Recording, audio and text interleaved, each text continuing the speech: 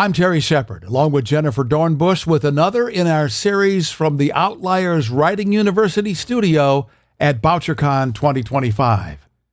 What separates a wish from a writing career? Guidance and reps. At Outliers Writing University, you'll get straight talk, craft classes, small group feedback, and the tools to build a daily habit that sticks. No fluff, no gatekeeping, just proven techniques from authors and editors who've been there. Get unstuck, level up, and finish strong. Start your next chapter at outlierswritinguniversity.com. And now, from Bouchercon 2025, our conversation with New York Times bestselling author Steph Cha. Steph Cha is one of the most vital voices in contemporary crime fiction. A native of Los Angeles and a graduate of Stanford and Yale Law School, she has combined sharp legal insight with a keen eye for the moral complexities of her city. She is the author of the acclaimed Juniper Song trilogy, the winner of the Los Angeles Times Book Prize and the California Book Award, and the current series editor of the Best American Mystery and Suspense Anthology. Her criticism has appeared in the Los Angeles Times, USA Today, and the Los Angeles Review of Books, where she served as noir editor. Her novel, Your House Will Pay, has been hailed as a landmark work, tense, propulsive, and deeply human. Based on real events, the book follows two families, one Korean-American, one African-American, forced to confront the legacy of decades-old crime against the backdrop of present-day Los Angeles. So I lost my place. Luckily, I have an editor. It's a story of grief, generational violence, and racial injustice, but also one of empathy, reckoning, and fragile hope of reconciliation. Critics from Michael Colony, you can tell it's been a long day. Viet Thanh Nguyen, is that how you pronounce that? To Viet Thanh Nguyen have praised, I just finished narrating a Korean protagonist, so I'm learning my pronunciations. Viet Thanh Nguyen have praised it both as a riveting page-turner and a profound portrait of a city still wrestling with its history. Steph Cha, it's great to see you. Hi, thank you for having me on. Why do you write? Ooh, why do I write? I think I started writing because I like to read. I like books, but there's probably more to it than that. I like to read, and it's also a little bit of a compulsion to write. I'm not currently working on a novel, and it feels strange. It feels like something I should be doing, but I write TV, and on the days when I'm not working on anything, I write Yelp reviews. I review restaurants. After Bouchercon, I will review this hotel. I will review everywhere that I ate, the things that I saw, and it's just a way for me to get my thoughts out.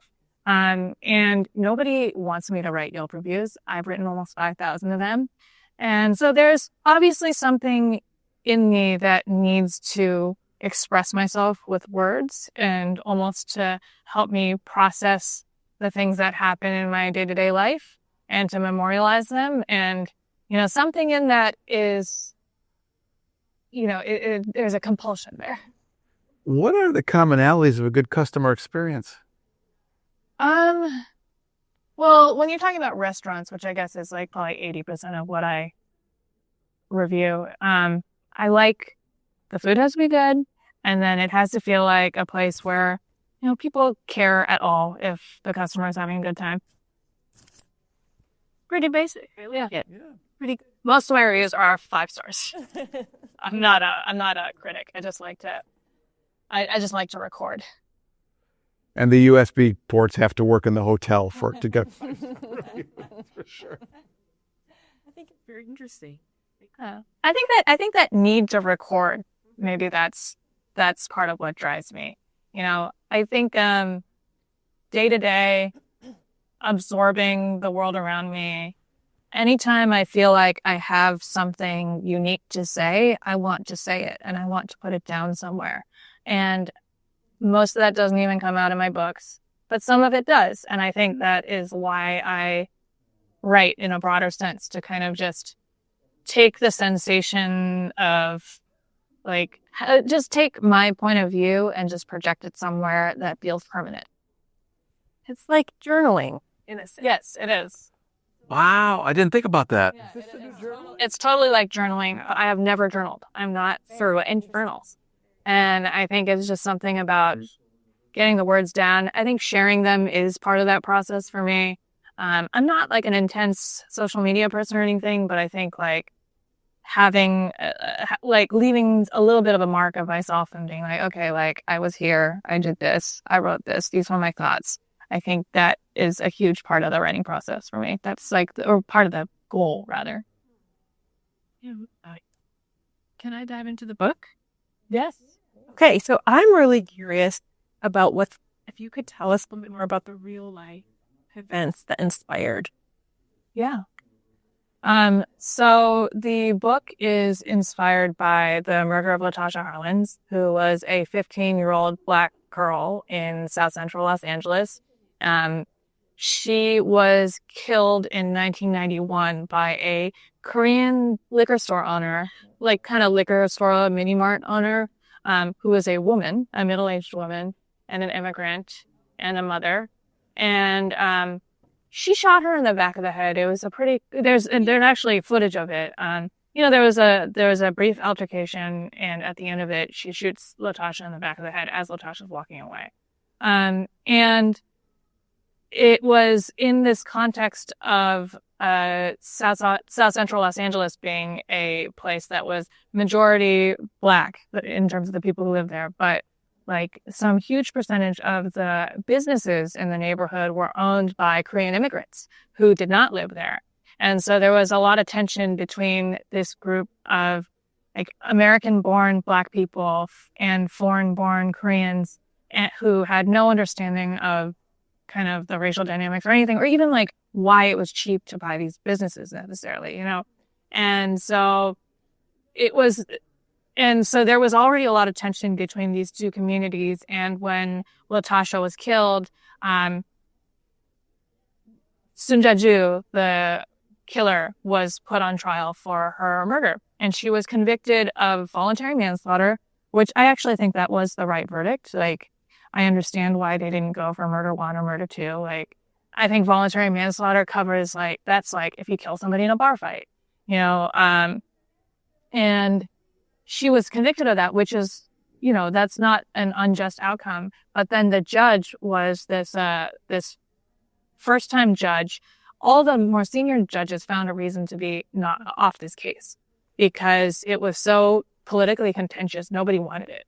And so this junior judge gets on this case and she feels sorry for Sun Ja-ju, this like Korean lady, and she took the jury's verdict and then assigned the sentence that she put down involved no jail time. It was like $500 fine, some hours of community service and probation. And this was completely outrageous. And it was not in line with the general sentencing guidelines for voluntary manslaughter. And it became this flashpoint of anger towards the Korean community. And it also happened at the same time as the Rodney King beating. And so in 1992, when the verdict came out acquitting all 4 officers of the beating of Rodney King, and LA kind of erupted, Korean businesses became a notable target of the violence and the looting, and that is largely credited to the Latasha Harlins murder. And so I wrote this book that was kind of a present day imagination of like, well, what if this murder kind of came back into our history because the Sun Ja-ju character was shot in present day? What would that bring up for her family, for the victim's family? And, I essentially replaced the Latasha Harlins Sun Ja-ju story with my own version because I needed to be able to write a novel. But it is in my head, those are the same kind of, they occupy the same place in history. And you are a native of LA, right? I am. I grew up in the Valley, which is, I had heard that Sunjadu ended up there at some point, and it's interesting. In like LA Korean American community, and particularly in the Valley, there's this regional community that is pretty small. And I didn't know Sunjadu. I didn't know her family growing up, but like I went to one of the handful of churches that she might have gone to. I don't think she went to ours, but like guaranteed we shopped at the same marketplaces. There's almost no chance I don't know anybody in common with her or her family members. It's just a pretty small community. And so when I was digging into this story, I felt this strong sense of complicity, or like sense of, oh, this is somebody I share community with. What does that mean for me? And to dramatize that, I have Grace's story. One of the main characters of this novel is the daughter of the shooter, who does not know until the present day, like what her mother's history is. And, just watching this character struggle with that, what that means for her and what that means for her life in contemporary Los Angeles, how we deal with that past, that was kind of what got me going with this book. What compelled you to write it? I had such a emotional response to this story. I read this book about it, called The Contested Murder of Latasha Harlins, by a professor named Brenda Stevenson. She wrote a nonfiction book that really went into the details on the case. And my emotional reaction was so kind of tangled up and in so many different places that I felt like, oh, this is a book. Like, this is a novel. I wanted to kind of explore, just give it time and give it space, like explore this very, very complex, interesting story that touches on so many different people and touches on like the history of an entire city. And I knew too that like I've been writing, this is my fourth novel, and I am a Korean American Angelino writer. And I had a feeling that like at some point I was going to want to write about 92 Los Angeles, which is one of the only times in American history that Korean Americans have been kind of at the forefront of the national conversation around race and racism. For the most part, Asian Americans as a whole are kind of outside of the main black and white conversation. And this was a time when people were looking at the Korean American community. And so it was always interesting to me. And that kind of in-between space that Asian Americans occupy was something that I wanted to explore, like what the power dynamics are between, blacks and Koreans in LA, or like blacks and white, or Koreans and whites in LA, and like that positioning, but and the kind of larger political context for that. But I also wanted to do it in the form of a novel where like you were really in the weeds with these particular families. I think the other thing that was interesting to me was just this idea of like, we like cycle through headlines all the time. We're always hearing about terrible things happening. And for the most part, like we hear a story, we think it's terrible, and then we move on with our lives. And it's just the way that we process information. It's impossible to do it any other way. It's not even an abdication of our responsibilities. Like, it's not actually possible to give your full attention and empathy to every story in the way that they deserve. It's just not possible. There's too much life and there's too much death. Right. And so I wanted to kind of slow it down and do this one, and really kind of live with the people and think like, okay, what does it look like when you go inside of a headline? What do those lives look like? And I've been writing these PI novels where the detective character goes around and talks to many, many, many different people in short order. But it's really about like going through and solving something. And in this book, I don't really have that character. I have like a detective and I have a journalist, but they're kind of on the periphery. And we're really spending time with the two of the people who in a traditional detective novel, like one of those characters will be interviewing for like one chapter. And I wanted to have this book feel like it's more stewing in that difficult space of like something horrible happening and like having to deal with it. And like, how do you move on from it? How do you learn from it? How do you incorporate it into your life? Just knowing that you still have to continue existing in this world. did you feel that you needed to do research to kind of work that through, or was just more in your head? I did a lot of research for this book. I mean, I did a lot of research. This book took me like 3 times as long as the one before it, you know. I was on kind of more of a book every year and a half schedule. This one took me 4.5 years. And a lot of that was research, but it was, you know, it wasn't just the research. It was the, like, a lot of it was that I have a Black protagonist as well as a Korean American one. And it was so natural and easy for me to get into that Korean American family. And it just took more work and more kind of layers of paint to get into Sean's side and to kind of get a textured understanding of this family that could stand up to Grace's. And so that took a long time. But yeah, there's a lot of just talking to people, doing the research, and then taking the research and not pulling it out, but like making it less obvious. So it was a multi-step process. I mean, the first third of the novel took me longer than the last 2/3 by quite a lot, I would say. Is that primarily because of the research piece of it? It was more like it just needed more time to kind of become what it was going to become. I think part of that was like a lot of it was figuring out Sean and his family and just making it feel like this is a real person in the same way that Grace is a real person. Because I think like initially, you know, I had a more zoomed out understanding of that character because, you know, I have been a 27-year-old Korean American woman. I've never been a Black man in his 40s, you know, and I wanted to make sure that those two characters felt imagined in a way that was even. And to make that happen, it took a lot more work on Sean's side. Why do you think it gained such acclaim? I think it's a good book.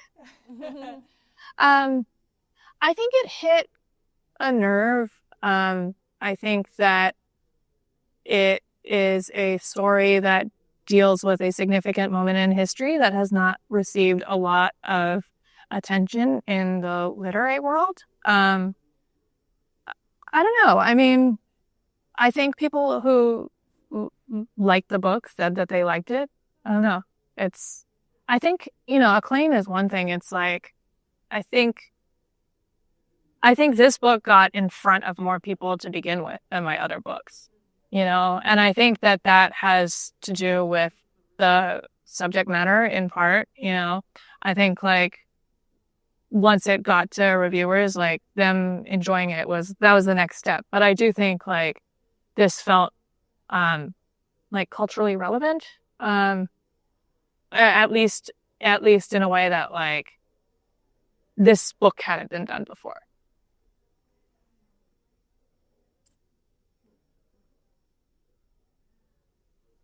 When it was all done, what were you hoping your readers would take away of it? Hope knocked back. I wanted the book to be something that people would enjoy reading. I wanted the reading experience to be one that moved and that was moving. And I wanted them to remember the characters, you know, everything you set out to do when you write a novel. But I guess the other piece of it is I wanted to write a book that took something that feels like it belongs to the political sphere and plant it in the personal and just show how the lack of separation between those two spheres for a lot of people. Just the idea that like politics is over there and this is my life. Like anytime you're able to feel that, it's a luxury. And I think for a lot of people, like politics intrudes. You know, this is not about how the government treats group A or B. It's actually about how they're treating me. Or like, this is not about, you know, violence that happens to other people. It's about like violence in my family. You know, that just like the choice is often taken away for people. And so I wanted to show that like that merging of personal and political and like how the separation is often false and very fragile. How did the book change your life? Oh, I mean, like enormously. I had written 3 PI novels that like I had some readers, but this reached a much larger audience, and I think that it resonated with a lot of readers, which was really rewarding for me. And also just, I don't know, it opened more doors. I mean, I think like I've gotten more opportunities because of this book. I mean, I'm at Bouchercon as a guest of honor because of this book. Like, it's just, it definitely took my career to a different level, from the PI novels. What are you doing now? So now I have been writing TV, since I actually have not been working on another book. It seems very intimidating to get back into another book. And I want to do it, but right after Your House Will Pay came out, I had a baby, and then that was in week 3 of the COVID pandemic. And then as soon as I was coming out of that and got vaccinated and was ready to get back into things, I got this job, and I've been working on this show called Butterfly, which is now streaming on Amazon Prime. I started working on that 4 years ago. And so that's been kind of the last 4 years of my life, combined with the kids, who are now 5 and 3.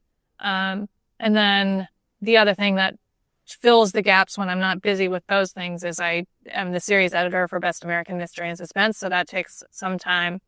So I haven't been working on my own novel, and I really miss it. But I have been very busy. It will come back. Yeah. Do you have any thoughts for what the next novel might be? Not that you have to share them, but just... I don't think do I. When I had the idea for Your House Will Pay, it was when I was finishing up Dead Soon Enough, which is my 3rd novel, which came out 10 years ago. And I was kind of in the market for a new idea, and I wasn't thinking about it in those terms, but as soon as I had the space to write a new book, the idea just came and was very fully formed when I had it. And like then took a ton of work, but like the initial idea of like, what if Sinjaju were shot in present day LA? That was like, that was there from the beginning. And so I'm hoping that when I have a clear desk again, which I just have not seen since, 2015, I'm hoping that when I am ready to write the next book, the idea will come to me. There are kind of pieces that I've had in mind, but nothing has been like, you have to sit down and write this down. Right. How has the present day changed your outlook about your career? There are a lot of, this is a different world from 2019, right? I mean, I think I was not expecting this many years later to be in another Trump presidency. I did not know that AI was going to come into the world and just change the way that people view reading and writing. So I don't know. I mean, but I have always written, again, I think I write because I have to write. It's just the way I express myself. And so, the way that I think about career stuff is it's enough to worry about the writing itself. The career stuff will have to, come after. So I don't worry too much about like that part of it. I hope that it works itself out. There are things that worry me, and largely those are things I can do nothing about. And so I just try to do what I can. The only thing I know how to do is to create the work and put it out there. It's a good answer. It's a good place to be. Yeah. Yeah. Good. What's the most fun thing about being a mom? Oh, I mean, the kids. They're the best. I mean, I love them. I've been spending a lot of time away from them, which is tough. But they're so, watching them become little people is just amazing. And just seeing how their minds are starting to work is it's really fun. And my 5-year-old is now at a place where, he reads and we read together, and like, he's just seeing the kind of burgeoning curiosity, and but they're just cute and they're loving, and I love being a mom. Does that impact your creative force? Absolutely. It drains it. Yeah. remember those two. Yeah, it's I actually think that the TV coinciding with the early years of parenthood, that's been a really nice combination. Because I think in terms of hours, I probably work more hours as a TV writer than I did as a novelist who was also, doing whatever. At least like on a novel. But because it's more structured and there's more demands and I have to travel, and when we were in production it was crazy, but I have never been the sole person in charge of making sure that work is done, which I am when it comes to a novel. There's nobody telling me you have to do this today, and there's no one who's going to be disappointed if I don't work on a particular day, and I'm not making anyone's life harder. With TV, it's so collaborative that I always have something that I know needs to be done, and I have people to work on it with and to whom I'm responsible. And having all of those things in place makes it possible to do that work, even with the kids. What the kids have made harder for me is that purely generative energy that I need to sit down and write my own book. And I'm hoping that'll come back. They are both in school for the first time as of last week. So as 2 weeks ago. So, we're in a different phase of I'm in parenthood, and I have high hopes. But yeah, it definitely creative cost, definitely. Yeah, it'll come back. Yeah, They'll get older. I've seen it cycle 1,000 times. Friends. The book is Your House Will Pay. It's written by our special guest, Steph Cha. Besides the book, what's next in your life? What are some of your goals right now? Oh, well, right now we're working on season 2 of Butterfly, and I hope we get renewed. If we get renewed, then we'll get to shoot it and share it with the world at some point down the line. So I've really been consumed with that. Otherwise, it's just I have my next best round of Best American reading is coming up, and it's Best American's been nice because it keeps me connected to the crime community.